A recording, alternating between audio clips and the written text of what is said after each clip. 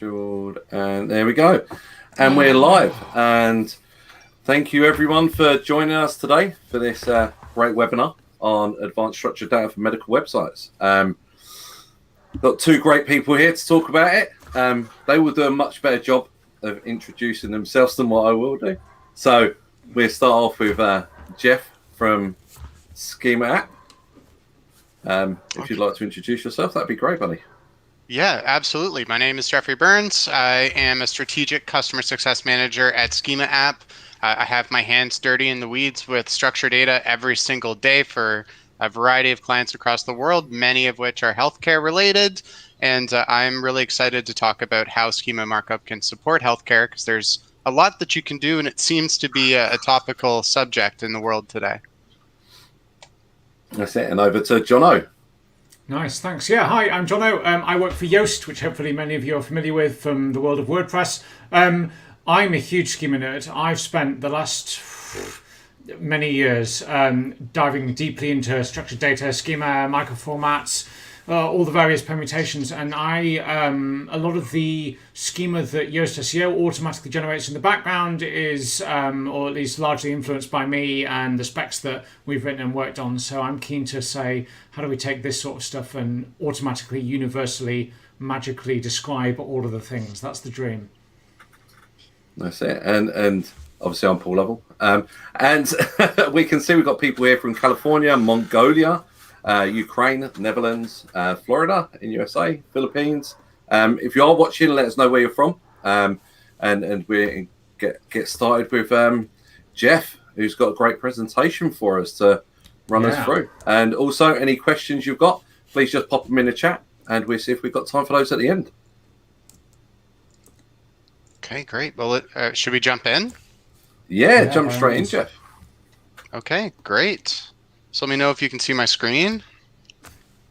Got it. We're good. Okay, so today's topic is structured data for healthcare. I actually always like to start by introducing myself through my knowledge graph, and that's because schema.org is a vocabulary that defines things and their relationships. And this is me and the relationships to many of the important things in my life. So I used to be a digital marketer at Webware. I am now a member of Schema App, whose founder is Martha Van Berkel, who you may know. I volunteer with the Heart and Stroke Foundation, and I'm a humongous Toronto Maple Leafs fan. This is an example of the knowledge graph, and as we go through, I want you to think about, for your healthcare organizations or for your website, how do you connect the important pieces of that organization and brand of what you offer? Because that's what Schema is going to give you the control to do. Just quickly, I do this for lots of brands across the world, many of which who are healthcare related. I'm going to bring some of that learning into this deck today. So the first question is, like, why would you care about schema markup if you're in the healthcare sector? And the thing that you should know is that Google is healthcare. They report that around 7% of daily searches are health related. I know many people, especially younger generations, feel that they were sort of raised on the internet and ask these types of questions every day. There's over 1 billion health questions every single day. So how is your content going to compete for those searches in that space? They're actually doubled down. So David Feinberg, he's the head of Google Health. They hired him to lead Google Health to bring search expertise to doctors. And he actually said, I believe Google is already a healthcare company. It's been the company's DNA from the start, just by answering those types of queries. So if you have content that's relevant for healthcare or healthcare at all, you should care about optimizing it for Google so that it's found in a way that can help your patients or your audience. And now, this isn't just for healthcare. Structured data or schema markup is going to power many of the features and ways that information surfaces across different devices or online. So this will be a tool for you even if you're not directly in healthcare, or if your website is content that goes beyond just healthcare.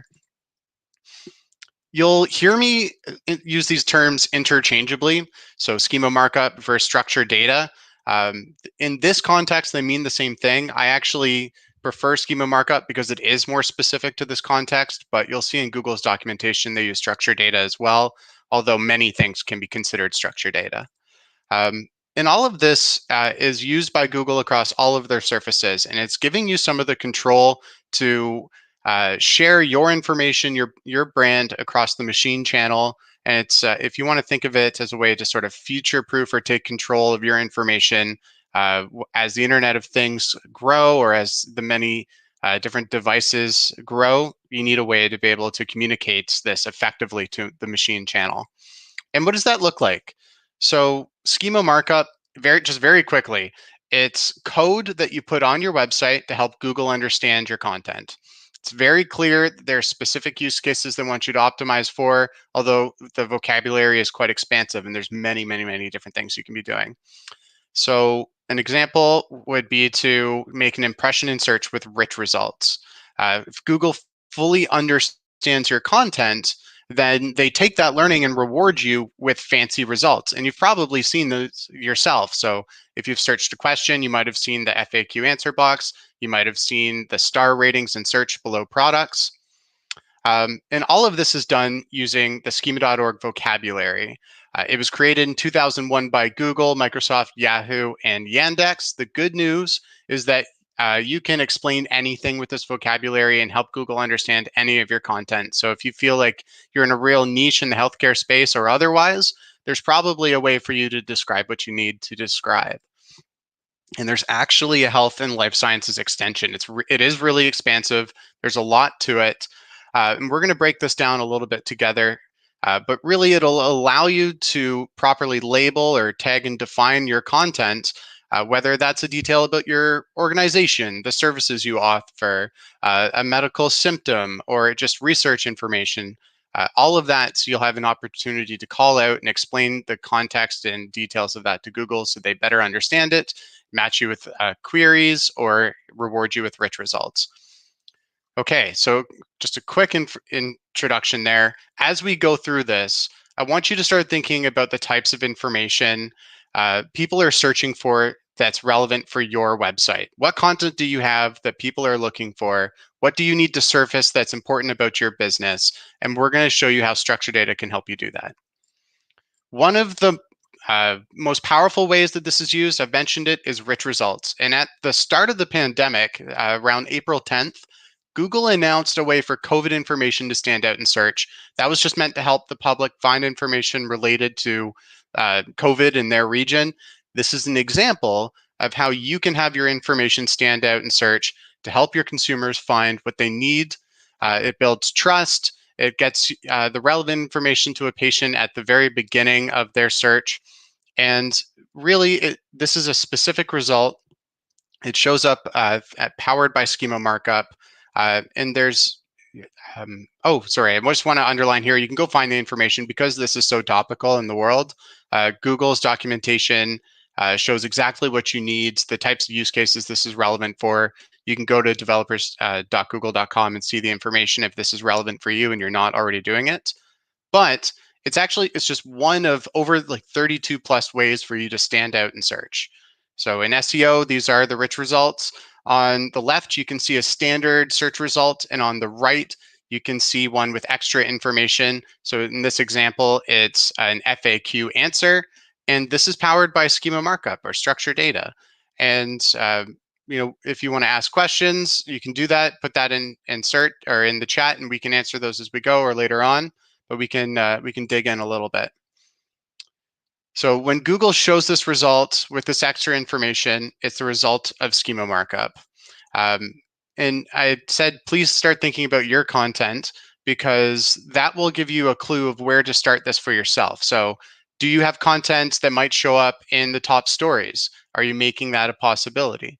Do you have content that's relevant to people searching about symptoms they might be experiencing? In this example, schema markup is contributing to the list of symptoms that Google is showing in a featured snippet. And a featured snippet is kind of the answer to a question at the top of Google search. Okay, does your content go beyond just core medical content and bleed into home activities, healthy recipes? Do you have videos or webinars or blogs of your own that cover health topics? Well, you can call those out and give them the best chance to be clicked on by using schema markup as well. One of my favorite examples, though, specifically for healthcare, is how you can help your physician profiles stand out. So in addition to showing ratings, you can also have branded links and FAQs in search. So if we take a look here, we can see that Dr. Chris Welvis stands out from the other areas that he's been called out by having the star rating powered through rich results show up in the search, and then also links and relevant information in the knowledge panel. Finally, another powerful example is to answer questions about your organization or whatever topic is relevant on the page that you're creating markup for. I believe Schema Markup really provides you these great tools to augment or boost the messaging that you have in your content on the page. And by providing these answers easily in search, you're getting off to a really great start. So how do you maximize rich results for your website? There's sort of 3 steps here. First, it starts with knowing your customers or your patients in this case and their journey with your information or what they're searching for. So think about all the different types of content they might engage with throughout that funnel. What content do you have? How does it match up to the customer journey? What are people searching for? How are you answering those questions? Do you need to increase like non-brand traffic? Do you need to get more followers to your blog? Do you need to answer more health related searches? Do you have authoritative peer-reviewed articles that you want more eyes on? What is it that you need to help? And then make sure it's optimized with specific markup so Google can understand it. Next, do the reverse. Think about what rich results Google offers and that you don't have content for. All of these rich results have required and recommended properties. You have to ask yourself, on the pages I'm trying to be eligible for these rich results, do I have all of the content that will inform this rich result? And if you don't, you need to go build that content. And finally, you have this pool of content that you've identified and marked up, and you know the rich results you're trying to target for the different sections of your website. Now you go and apply that at scale. Like Jono said, automating this is probably the best way of doing it. You don't want to get too familiar with JSON LD brackets and build markup page by page. That would be a headache for sure. Now, for healthcare specifically, we mentioned that there's the health and life sciences extension. Let's get a little familiar with how that can help you. So to start, let's take a simple healthcare related search. So in this case, we're looking for a neurologist in Toronto, which is where I'm from. And what we want to do is help Google understand that our content is relevant for this type of query. So we might look to matching our content with the health and life sciences extension. So there's a medical clinic schema type or a hospital clinic. There is medical procedure, therapy, medical indication or a study, condition, test. There's many different schema classes that you could type your content with. But for this, we're going to say we're a hospital that's part of a health organization. So what we would want to do is to label the overall organization with the organization schema class, and then tie the hospital to it and call it the organization through the parent organization schema property. And if there's multiple locations of this hospital, each of them can point to the organization as the sort of primary entity that controls the brand information. Then you'll want to go look at the hospital schema class and see what properties you have to use to call out the information on that page. I've highlighted a few ones that are interesting for us. Remember, our challenge here is to be relevant for someone who's looking for a neurologist in Toronto. So we can call out the area served for our hospital. We can call out the services that that hospital provides. We can share the contact point information, and we can even say that there's a medical specialty, which may be neurology. And then a potential action schema can have us call out things like a form to submit or also a telephone number or other actions to get in contact. So now that we have our hospital, that's parent organization is the overall healthcare network. We've said that this hospital is relevant, or its area served is a place called Toronto. We have a contact point, and it takes care of anything related to neurology. So medical specialty is one that you're going to come across a lot. There's a whole whack of enumerations to use. It really is thorough, so I'm sure that you'll find one relevant for your content, but that's how you can tell that story of, hey, this article or this service or this clinic, its medical specialty is related to oncology or pediatrician or so on. And it goes even further. So you can tie then, say, your physicians or appointments to the medical specialty and the procedure. A couple of common use cases I'm going to go through now. So one, you have your medical procedure. What information might you want to call out? So with a medical procedure, you can say that there's a recognizing authority. This could be your organization. This could be like an affiliation of physicians or a recognized authority. You can have the medical specialty that's tied to the procedure, and then the medical indication. And there's more. If you go to schema.org, you're going to see this big, long laundry list of properties. I really recommend that you read through them and think, do I have content for this property? And then do the inverse. Look at your page. Is there any information about this medical procedure or organization or doctor that's relevant for me to call out by sort of using my brand marketing hat, and then find a property to place that information? Another one would be, do you have content that's about a medical condition? Maybe you have a lot of research information. Maybe you have an article just about a common condition. So let's call out the possible treatment. Let's call it the sign or symptom. Maybe there's a test. Could we tie this to the actual medical therapy itself that's offered at a location? And so now we're building this big knowledge graph of areas of expertise, services, health services that are offered, where it's relevant for, why they're important. And it all ties together to answer that question of, hey, I need a neurologist in Toronto. Google has this deep understanding of your website and your content that supports offering your information as the answer to that query. So there's tons here. We could take a look at every single schema class in the health and life sciences extension, but it would be a lot. Just keep in mind that it is expansive. This is just an example for you, but if you're a hospital, you can have your job postings, your contact point tied to a medical condition that has a procedure where you can schedule an appointment. Maybe your physicians are tied to that along with their medical specialties. This is just an example of how you might approach a knowledge graph for a healthcare organization. What's going to be relevant no matter how you approach the schema markup for your organization is how schema can support your EAT. So we know specifically when it comes to medical websites that Google's going to be even more critical. I think this is actually good news. If answering questions about health topics is going to be 7% of Google's search, then I hope that they have authoritative answers and do a good job of qualifying the results that they show.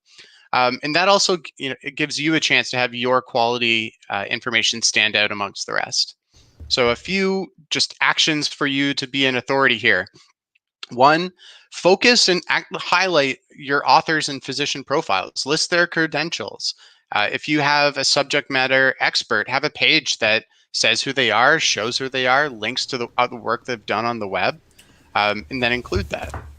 And if I could just jump in, it's worth noting that this week Google started showing author biographies and photos and stuff in the search results again, like harking back to the old days of Google authorship. Well, a form of it is back, particularly for authoritative experts who are publishing content. So if you have managed to get your doctors and your medical experts writing things, yeah, you want to use all this schema to make sure that Google explicitly understands that this article was written by this expert who knows about these topics, who works for this clinic, which offers these medical solutions to these medical problems, which have these symptoms, etc. So they can drill, and we keep using the word understanding, really help them understand that so that they can show the right content to the right users for their searches. And so few websites are doing this that if you can really harness your experts in that way, this is so powerful. Great point. The way I, as not a computer scientist, understands that machine can learn things is being able to make correct references between items. And schema markup is your way to show Google, hey, when this comes up, I'm a relevant reference. You can use this as an answer to that topic. And yeah, great call out. That works beyond healthcare. Having authoritative authors or experts called out in the articles you write, whether that's about like finance or something else or insurance. That's helpful there as well. As well, and we're going to go into this, be sure that you can be clear about the definitions of your concepts and entities by linking to Wikidata or other authoritative vocabularies to be really clear about what those topics are.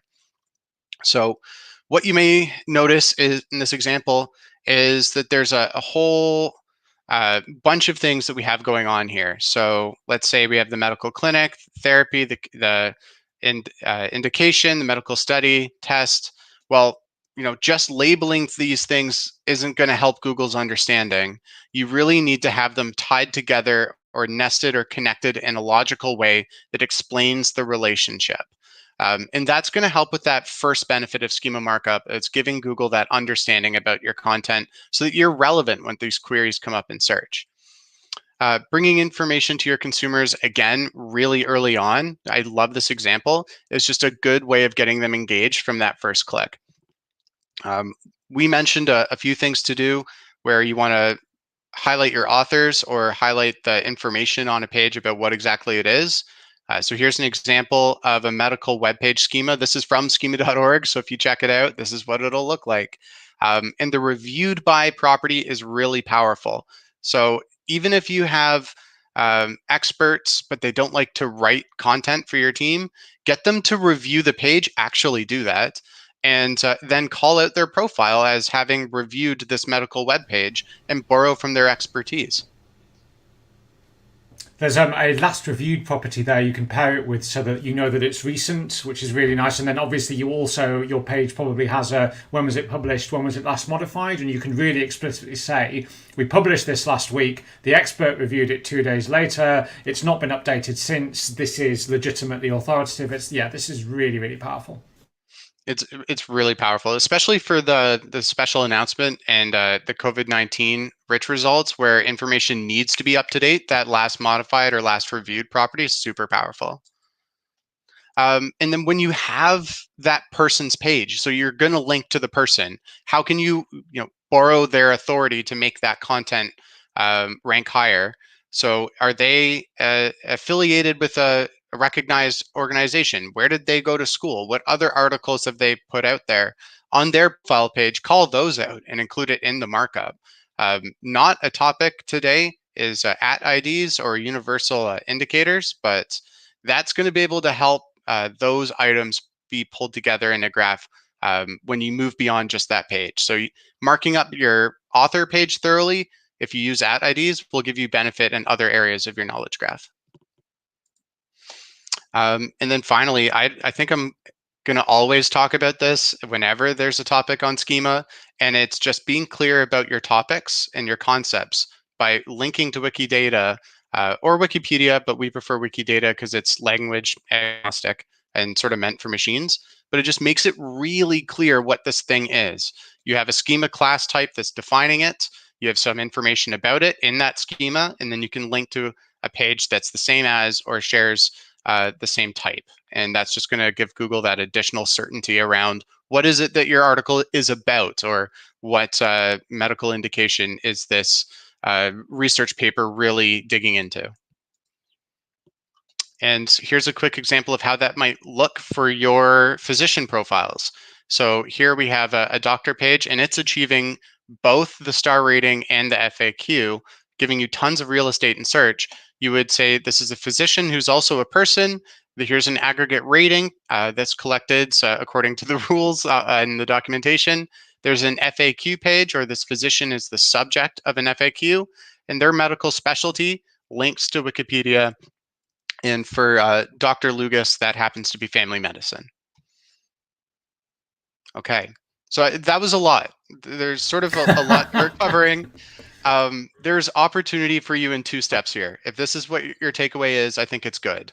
First, what information do your consumers need to find on your website? Like, put on your brand marketer hat. What here do people need to find? And how can you help make that stand out? And then next, what content do you have that you're invested in that you need to make easy to find? Is it the locations for your hospitals? Is it to book an appointment with your doctors? Well, use schema markup.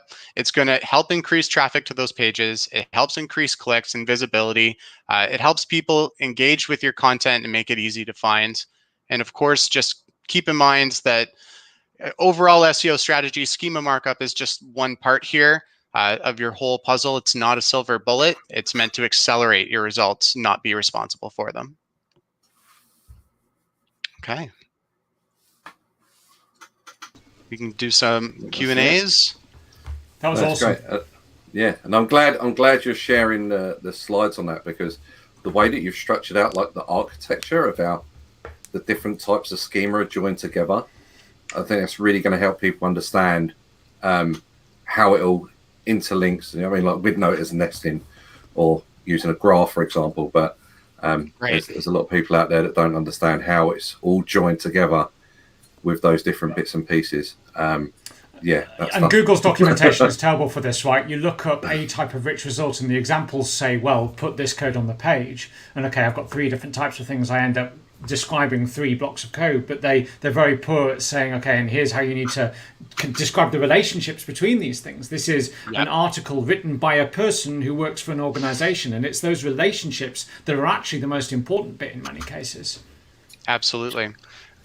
Or even, you have your hit list of helpful connector properties like mentioned, subject of, or reviewed by, like we mentioned.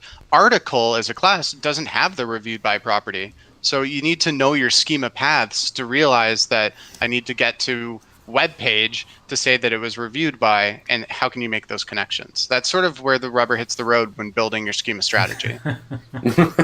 Nice. That's it. Well, we have got some questions, and if anyone watching has got any more questions, please do feel free to ask.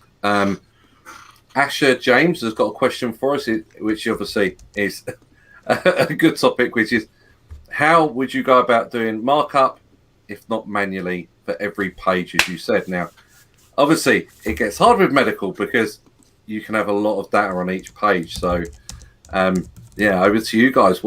How would you suggest, for example, if you've got like 30 pages that are talking about different things, how would you do that without doing it manually? After you, Jeff. Okay. First of all, it depends what you're building your website with. If it's on WordPress and you have a lot of articles, you might look for Yoast, right? If you have a whole bunch of web pages on a difficult to manage content management system and they're difficult to template, maybe you would seek a solution like Schema App that can automate that at scale. Or if you really only have like 10, 20 pages, there's a bunch of free tools out there that you can generate markup, but then you would have to go back and keep it up to date manually. But it depends where you are, and there's tools to scale it. Nice. That's it. And if I pronounce this wrong, I apologize in advance. Alicia Karabua, I think that's Karabuka. What are your thoughts on the Google's new limits for FAQ in search results? SEOs ruin everything, don't they? I try not to talk about myself as an SEO anymore because it is a bit shameful. Like, we broke blog commenting, we broke linking, we broke web directories, we broke 1,000 other things, and now we've broken FAQs. Like, this is such a powerful, useful thing. So, as an end user, not an SEO, I want to search for stuff, and it is such a great experience to get the answer directly in the search engine. But of course, the SEO industry went, how do we abuse this? How do we have 50 FAQs that aren't really helpful, that are just clickbait to get someone into my site? So, of course, then Google said, actually, you can't have this. We're going to reduce the coverage. We're going to take the links out. We're going to make it to the point where actually it's not that valuable. And it's the same thing we always do, and it's really depressing. So whatever the next thing is, let's not break that. I think that this makes FAQs more valuable. Because you're going to win them in fewer places. And it sort of reminds me of the Starmageddon event when the star ratings disappeared off the homepage, or they limited the types that were available for star ratings to that list of 14 schema types. And it's probably has to do with the limitation for Google.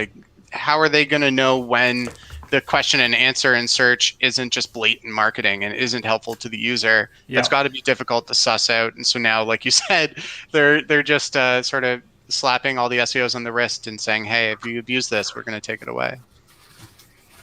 That's it. Yeah, it's perfect. And yeah, you know what I mean? Like we've all took advantage of that a little bit too much. It works. But yeah, next one. Sky Road. Can structured data help with our surgeons getting better near me searches? And I think that's what you touched on in your presentation there, Jeff. Absolutely. The more general question here is, does structured data help for local SEO? And yeah, of course it does. Yeah. You want your information to stand out. Even if you take like how often you rank for that search the same, if your surgeon's page has the star rating, which it totally can, or if it does win an FAQ about a question that a potential patient is asking, that additional information is going to win you the click-through versus your competitor. And then, of course, harder to measure, but we know that thoroughly marking up and providing that understanding will help with your performance for those queries. Related, it's probably worth considering that people probably don't want just the surgeon. They want the surgeon in the context of the location. They want to go see the surgeon in a place. And that place has opening hours and a postal code and a relationship to other organizations. So you mark all of that up, you get potentially more prominent local result listings, but you also you try and understand what the person's actual intent is rather than just trying to rank for the keyword they've searched for, and you end up in all the right places at all the right times through their research journey. So yeah, local schema is a huge deal for that sort of thing. Yeah, that's it. Yeah, and when you take into the account that there's the has map as well, in which obviously you're then pulling in the Google Maps location information as well as a source. Which this leads into another question, which is, how do you measure the ROI of schema markup or structured data? I mean, how do you guys see the ROI on that then? How do you measure it? So people have got that sort of like black and white because we know it's hard. It is hard. There's, like I was saying before, just the increase in overall performance can be difficult to measure. You can look at you can create milestones for when you implement and sort of counter against other marketing initiatives and look at a change in your growth rate performance for clicks and impressions and attribute that to an increase in understanding on Google's part. But then for rich results, it gets a lot easier because Search Console tracks clicks and impressions for you from rich results. What I've heard some do in terms of how to actually put a number on the ROI is compare an increase of clicks or impressions or visibility in a certain area for keywords you might pay for, and then take that off of what you would have maybe paid to get that increase. Yeah, that's it. Yeah, and that's the way that I typically sort of like look at the ROI anyway. Just with organic in general, is that gap analysis. I mean, how much would it have cost you to get that visibility if you had to pay for it because you're not ranking?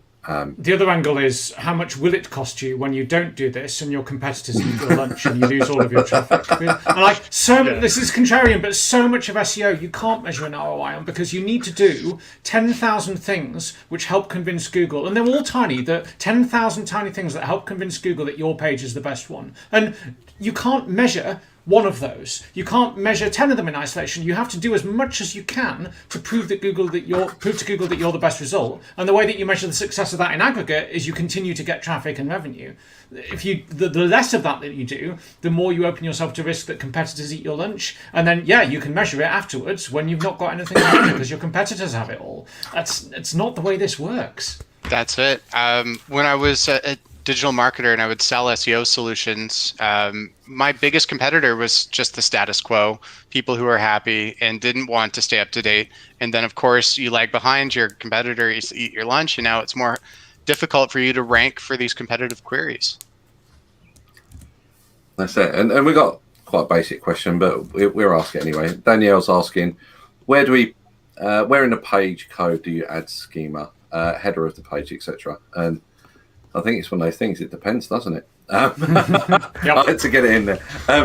Obviously, you got Yoast, you got schema markup. if you're using JSON LD, you can even put it in the body of the page. So it really depends. And I'm pretty sure that SEMrush's got lots of other videos of how and where you can place that best, Danielle. So this is a bit more of an advanced webinar to go there. But follow the guidelines, Google. Keep updating the details with kind of helpful links and stuff. As you're wading through the how on earth do I mark up an article, there are lots of helpful links to, okay, and here's what you should do if you're on a CMS, here's what you should do if you're etc., etc. Go and read the docs. Yep. So let's have a quick look over here. So I suppose one of the other things that's going to be useful for people is that we know that the medical side of structured data and schema isn't shown within Search Console very well. I mean, like, you get products, you get breadcrumbs, etc., etc. So how do you know it's working? What tools is there to sort of so that you can like reassure yourself that your medical schema, for example, is being seen effectively if it's not reported very well? Because obviously we know there's no documentation in the developer guidelines for the medical side of things, and you certainly don't get no notifications within the Search Console unless you've phrased it wrong. Obviously, you might get some notification then, but that'll probably be about it. Well, I would say that the rich results that are available are just meant to surface, answers to questions in the search results. That's relevant for healthcare. It's relevant for every other industry as well that wants to be on the first page of Google. So, you can measure success by achieving the rich results according to your context. Like if you want to rank for a very competitive healthcare question, then measure the FAQ rich results, and the Search Console shows you the queries and the pages that you're getting these impressions from.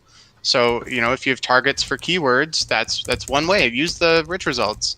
They might not be only for healthcare, but they're relevant for healthcare. And then it is harder, like even with the rich results tests, like it doesn't show you schema types that are, they only show you the schema types eligible for rich results, and you have to use the schema.org validator to see these sort of deeper schema types not used by Google's rich results. And the way that we approach that is you can, again, measure the percent change in growth rate and account for everything you're doing if you have other marketing going on that would affect organic, and just be sure to correlate and attribute as best you can a rise to the change of your markup. You can also do some really fun stuff once you have a full graph. You can export that into custom dimensions in Google Analytics, for example, and you can start seeing how topics are performing rather than just pages. So if that's really cool.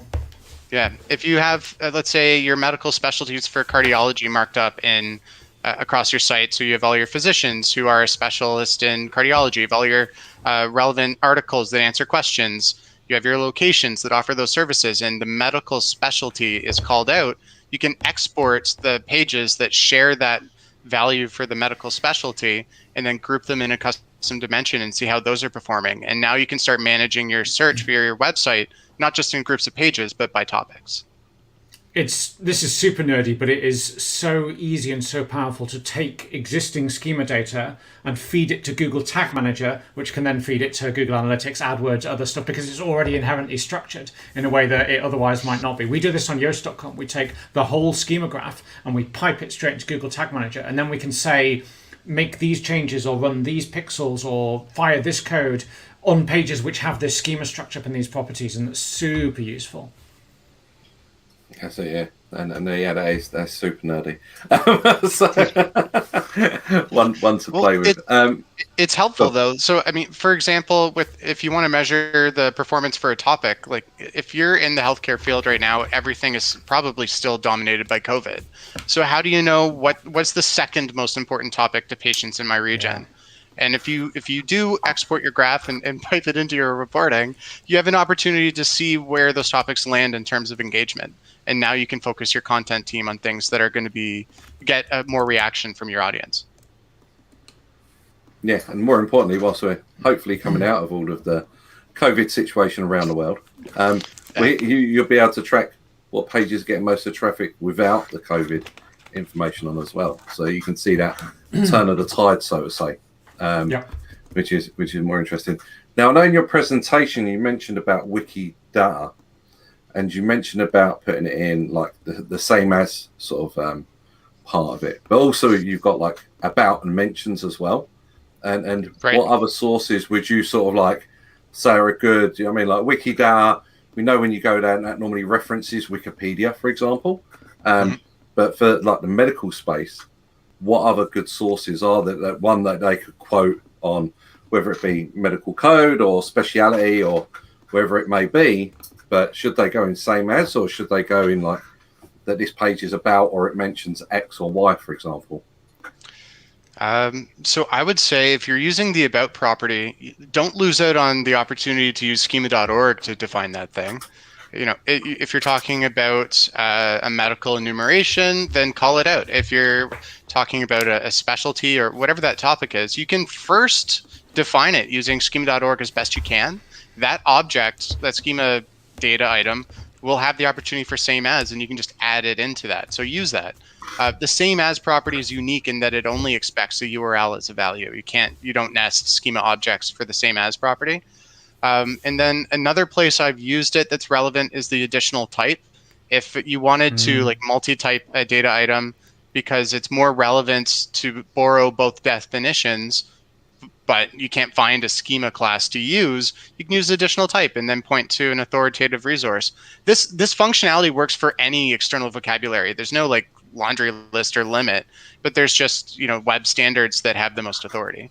So maybe there's one in your healthcare fields that is an authority, and referencing it would make sense.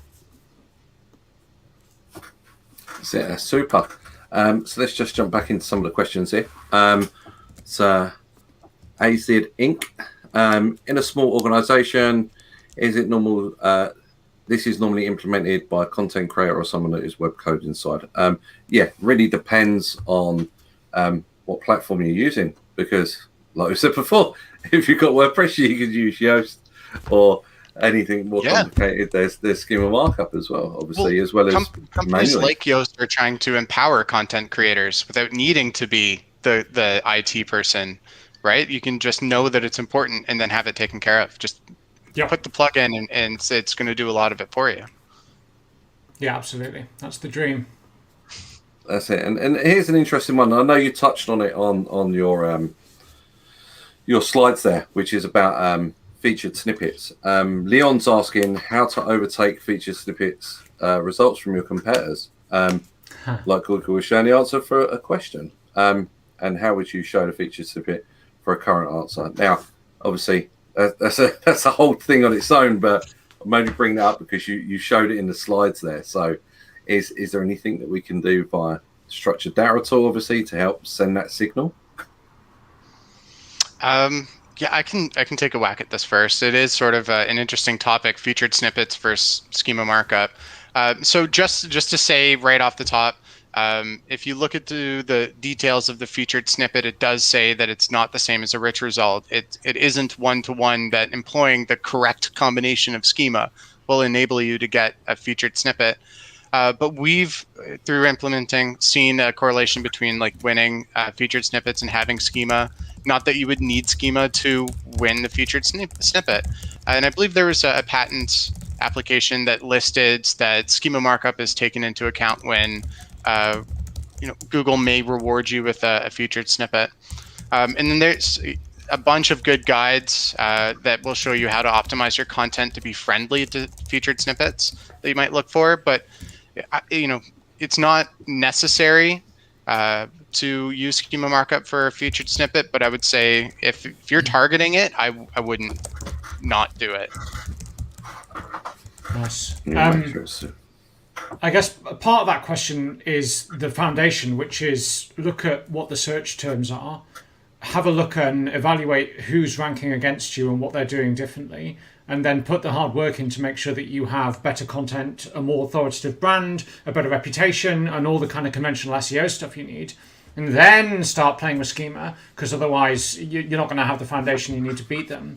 And then really start going deep on how do I reinforce all of these things. Like if I've got doctors who are experts in certain topics, am I describing this? If I have an article which was reviewed by an expert who works for an organization, have I described that organization sufficiently, and who founded it, and when was it founded, and what awards has it won, and all of these things, and really use schema to reinforce the fact that you are the demonstrable expert in the space, but you first have to become the expert in the space. Yeah, and that rolls right back to the old EAT conversation. And I like the point that you bring up, Jono, earlier on, which was to do with the Google author updates, where, everyone used to love them years ago. This is fun. So the question there is that just triggered off of like the author part of is it being documented yet? I've not looked at any of the documentation on it yet. I haven't seen anything specific. I don't. It might be using author schema as part of the input for determining it, but I think this is broader heuristics that they're trying to do based on connecting the dots between. In fact, they've said a few times that one of the reasons they deprecated rel author originally is they don't really need it. They can see articles from the same person with the same name, John Smith, and realize it's the same person with a degree of sophistication. So I would hope that schema reinforces it and helps them disambiguate when there are maybe two people with the same name or it's not clear. But I don't think there's, as Jeffrey says, I don't think there's a one-to-one relationship here either. But you should, that's definitely not a reason not to do it. Like, author is such a powerful property in schema. Really help Google and others understand who is the human behind this content, because that's where the authority and the expertise comes from. Brands tend to be anonymous, faceless things that really can't be experts. It's like it's the people who do the work underneath that umbrella that have the expertise that are trustworthy. And then another question from Asha. I don't know if it's too big a question for this particular discussion, but how do you know what schema to put in your graph on the homepage, opposed to adding every markup on the site? So yeah, just looking at the homepage and what would you guys? I mean, obviously it's going to be different for like medical compared to a car dealer, for example, but what would you guys recommend as just like a homepage, like must have, as far as structured data is concerned? The organization, the website, and the web page, and the properties relating to those. So what is this thing? It's a web page. Where is it? It's on a website that has its own properties and information. Who is it published by? An organization which has a founder and a founded data, etc. That I find as a universal basic for all pages is a really good starting point, because then you can connect that into and out of everything else. Okay, this is a web page about a hospital that has properties, that has employees, etc. Or this is an article on a web page on a website by an organization, and so on. That's a really nice kind of basis. But don't go crazy. Like, there's some stuff that you should probably never invest time into, like the height of an author, unless you're a basketball site where that might be relevant. There's like, don't go crazy. Do the stuff that's sensible and useful to validate your expertise. Yeah, maybe just even to go a little more like tactical or basic in answering how do I know what schema type to use at all.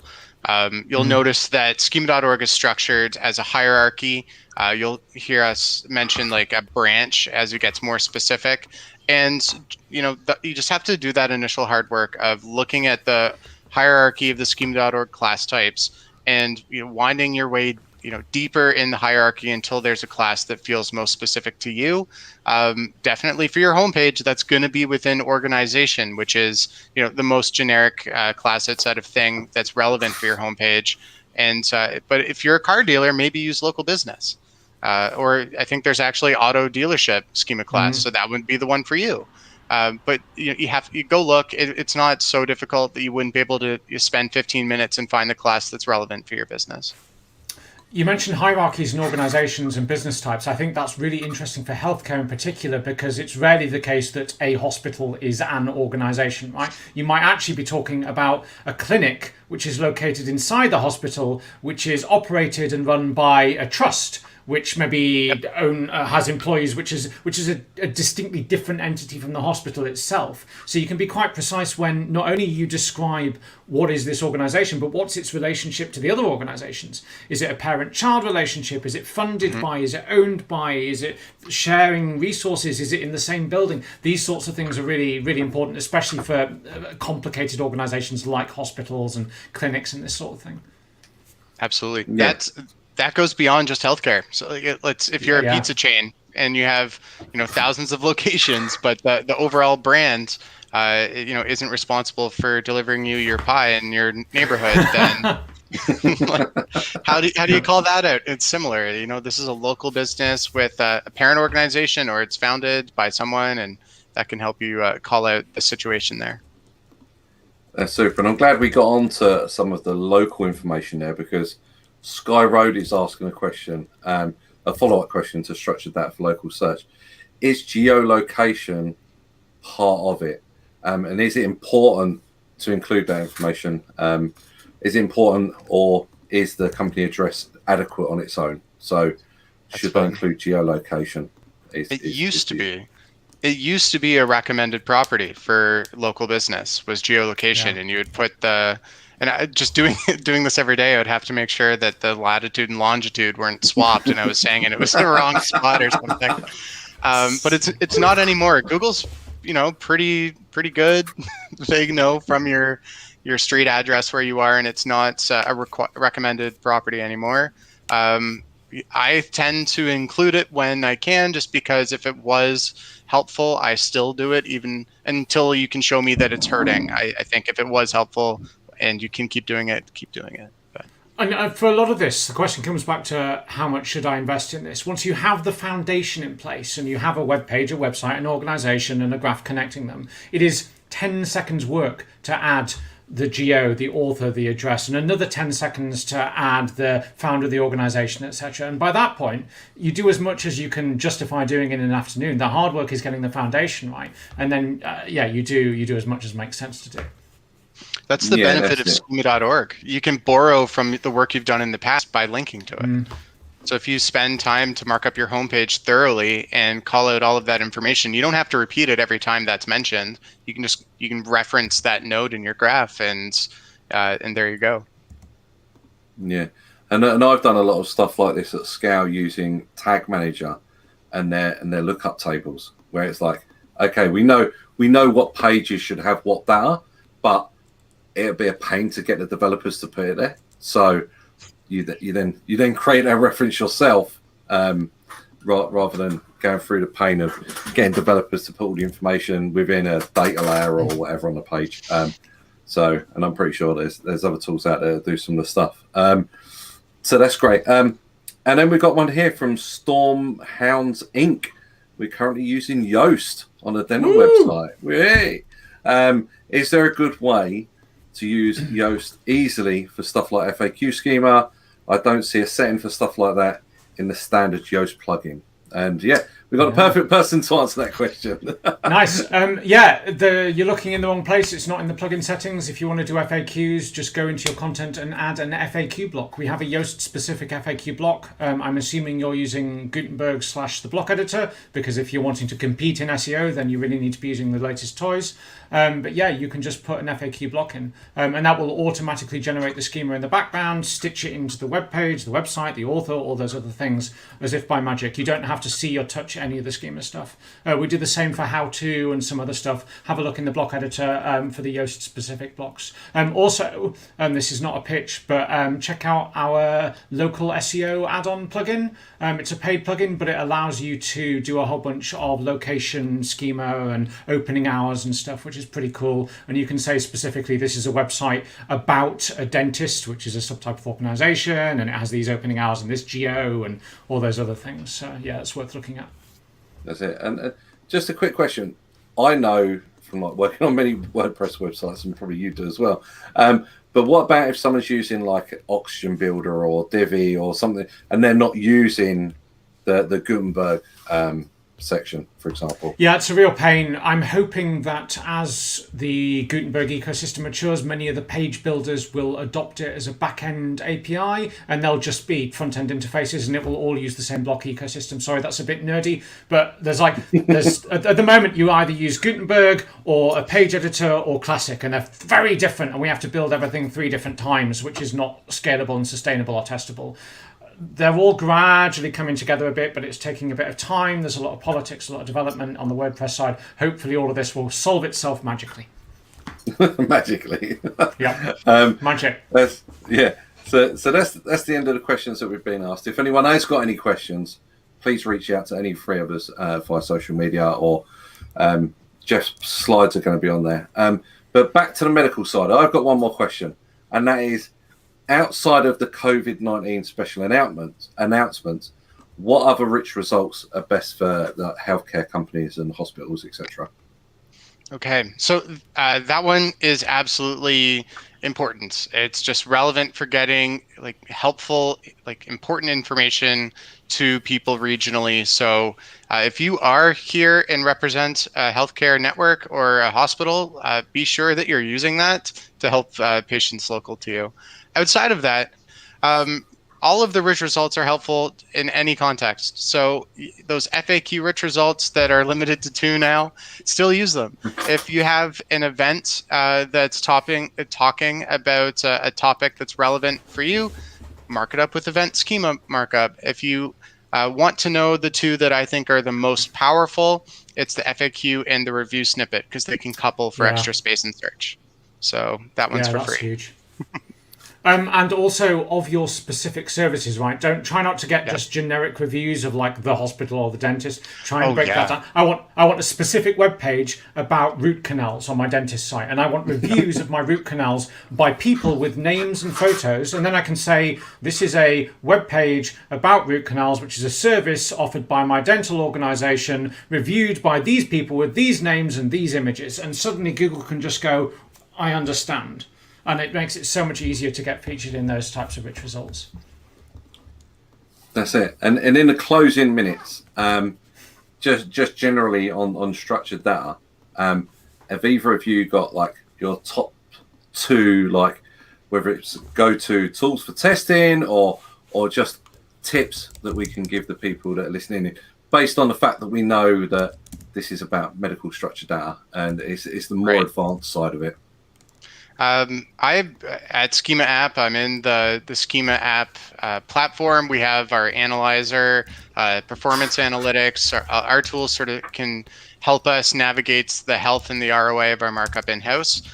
There's also the tools I use every single day as well, which are the rich results test, the schema validator, and Search Console, which has the enhancement reports and the performance report with the search appearance tabs. Those give you all the information you need to really just get a pulse on your markup. Nice. You're still in my wind. I have 2 different options then. One is schema.org itself. Go and spend time looking through the definitions. You will find things which you didn't realize were possible, that you didn't realize exist. You'll find subtypes of things. So don't stop at organization. Go to this is a local business. Actually, it's a dentist. Actually, it's a dentist with a specialism. Find ways to drill down. And as you drill deeper, you quite often unlock more specific examples. I think, Jeffrey, one of your slides was about medical web page, which is a specific type of page. But a medical web page can have a medical audience. You can describe what type of people this page is for. Now, it's not necessarily the most useful example, but as you start to explore, you will find things where you can say, oh, actually, yes, I have content for that, or yes, I have information that I can use to populate that. So go and dive into schema.org and explore. And that gives you what's possible. To visualize and understand, there's nothing better than classyschema.org. It's a tool by Tony McCreath, who many of you will have no doubt bumped into in this ecosystem. It does a wonderful job of visualizing the connected graph. So many of Jeffrey's slides where he has these nodes with lines connecting them is often a much better way of seeing and understanding schema than either the raw code or stuff like Google's tools output in a big long list. You want to see the relationships between the entities and the things you're describing. describing classy schema does a beautiful job of showing you that and helping you understand, okay, these things are connected, these things aren't. This is how they're connected. Maybe there's an error here. It flags issues. It validates against the other tools. It is a joy to use. Yeah, and that's the one that I was actually going to recommend was classy schema. Oh, sorry. But no, it's fun. It's fun. The another one that I like to use a lot is a Chrome extension, SEO Info, because it allows you to visualize the graph if you want, or just the schema types if you're used to looking at it in what used to be the structured data testing tool, which is now obviously the validator over at schema.org. But that's the one there. And if the developer's watching, there's a bug in there where it don't work on every page. So if you could fix that, that'd be great. But just one last question from Skyroad. They're asking you, Jono, but I think it was me that mentioned it. Can you elaborate on your comment about using structured data directly within Tag Manager? Not at all familiar, but sounds interesting. And I think that was me because I do a lot of stuff in Tag Manager with schema. And that's the fact that you can create a table within there, or you can upload it via CSV with a little bit of jiggery pokery. So then sort of like say, on this page, I want this value to be passed within that variable, to which you can then pull into your obviously your schema graph or whatever way you're deciding to do your schema. So the information is out there on it. It's not something that you can explain in the last few minutes of the webinar. But yeah, thanks for obviously SEMrush putting this on. Thanks for you two for joining us. As always, very interesting conversation and definitely a lot of food for thought for people out there, especially in the healthcare. Yeah, and that's it. Thank you everyone for watching. Thank you. Thank you. Thanks, Jeffrey, for your epic slides. That was great. Nice work. Happy to. You can see them. And the dog finishes off in the background.